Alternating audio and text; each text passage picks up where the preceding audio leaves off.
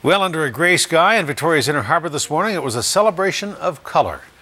The annual flower count has officially wrapped up with this year's final tally, a decidedly unscientific survey that has produced a result not as impressive as in previous years. Some think the weather's to blame, or is it? CTV's Astrid Braunschmidt has the story. A small turnout for the wrap-up of the Victoria flower count to release a relatively small number. 762 million.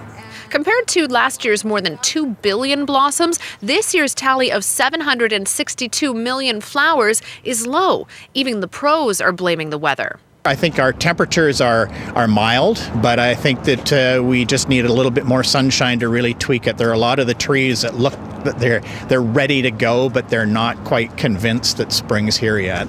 But is it really fair to blame Mother Nature? Sure, February was duller than normal, recording only half the normal amount of sunshine, but whether or not that affected the blossoms, that depends on who you ask. Is everything late or early right now? I would say an early season.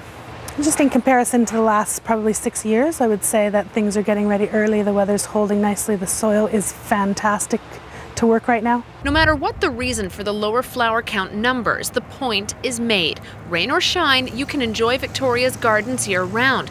Something you can't do in the prairies today. In southern Saskatchewan and Manitoba, a winter storm dumped up to 40 centimeters of snow in 2 days, stranding as many as 200 drivers.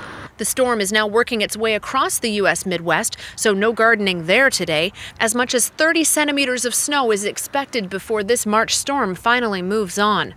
This is the wintry weather which causes road closures and flight cancellations, and may have had something to do with a transport truck going over a guardrail on Highway 401 near Cambridge, Ontario.